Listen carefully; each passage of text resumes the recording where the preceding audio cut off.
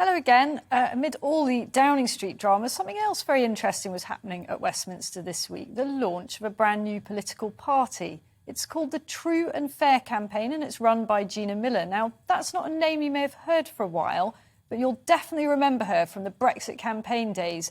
Yep, it's the same Gina Miller who brought a famous legal case challenging Theresa May's government over the legality of leaving the EU without a parliamentary vote.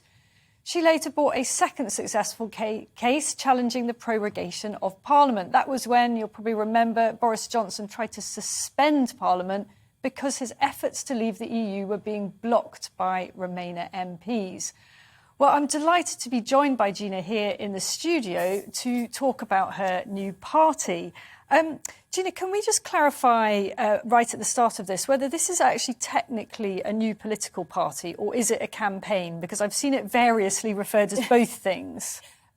It's a political party that's registered with the Electoral Commission to stand MPs in England and Wales.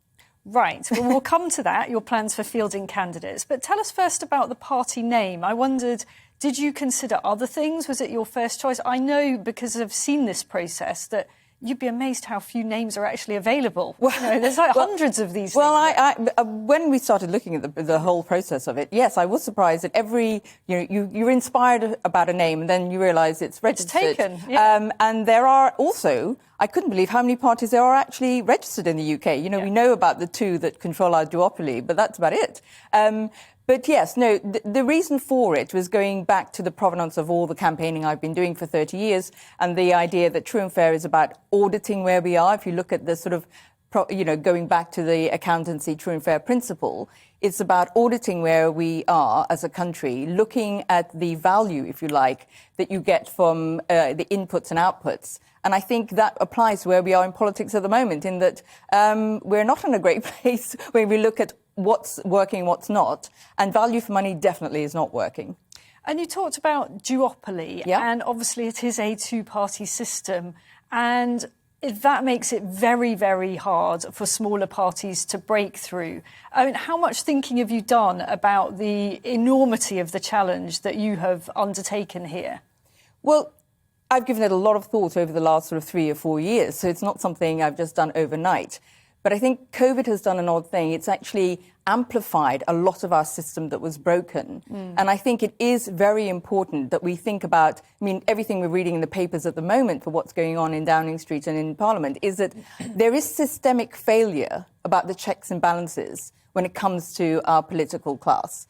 And also, I think we have a manifestly unfair voting system because, people go into the ballot box and expect to be represented in Parliament when they put their vote down, and it doesn't work that way. And we've got to change that. Our own polling showed that, up to 50% of the public want electoral reform. And when it comes to what we're proposing, an oath of office, so legally binding principles in law. I know a colleague of yours, Mr. Farage, said the Nolan principles were in law. They actually are not in law. So we're asking for checks and balances so that this charade we're seeing at the moment wouldn't happen. That if you break the law, an MP breaks the law, there is something that happens in law to them. They either get fined or lose their jobs. And because of that, I think it's really important that we actually press home that our system is broken and we need to modernise it.